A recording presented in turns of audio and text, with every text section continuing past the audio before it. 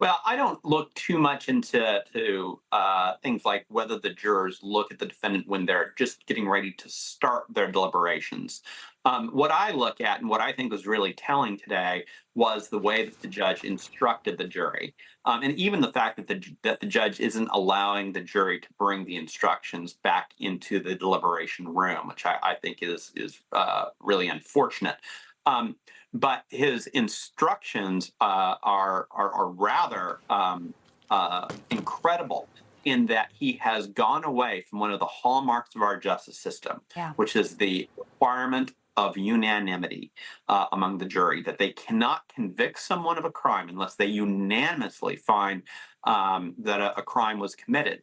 And in this case, that the judge is trying to find a loophole to the unanimity requirement, which again just shows time and time again with this judge that he is not out in this for justice. He is in this in order to try to convict Donald Trump, to take him off the campaign trail, and try to interfere with the 2024 presidential election. He also allowed the defense during closing arguments, you know, he said the defense couldn't argue NDAs are illegal. But then for hours and hours yesterday, the last thing the jurors heard were all these things about NDAs, which sort of was also very deceptive, many experts say, because it made it sound like it was illegal. So all of this is about, oh, there's payments to a porn star, perfectly legal. But the way, as you say, the judge just instructed the jury, and the way he also put up parameters for the closing arguments and the prosecution going last also set up an unequal, if you will say, for Donald Trump.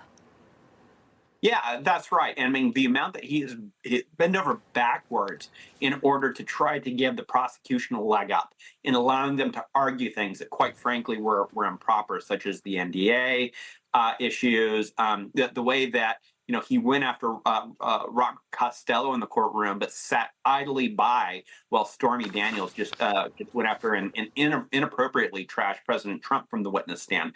This judge has done everything he could to try to help the prosecution in this case, and you understand why. Because the prosecution didn't have a case. And quite frankly, they did a horrible job presenting their case. And so Judge Merchan knows if he wants to salvage a conviction in this case, and make no mistake, that is what he wants to do, then he has to essentially play both judge and prosecutor in a lot of ways here, which is why these jury instructions are the latest example of that.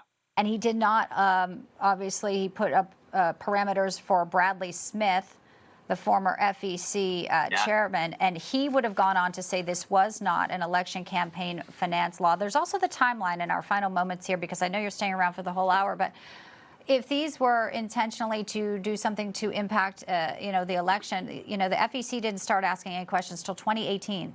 Seems like a real problem to me. And then again, barring the fact they didn't hear from the commissioner, a real problem. Oh, it's a huge problem. And let's remember that that the jury didn't hear from Bradley Smith, the former chairman of the commission, like you pointed out, about campaign finance law and what would and would not be a violation. But who did they hear from on campaign finance law? Michael Cohen. The judge let Michael Cohen testify as to what would be a campaign finance law.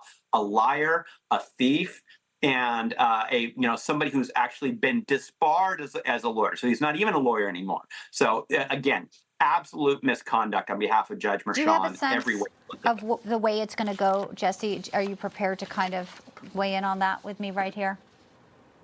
I mean, if I know that if this was a fair case, this case would have never made it to the jury. There was no legal basis here.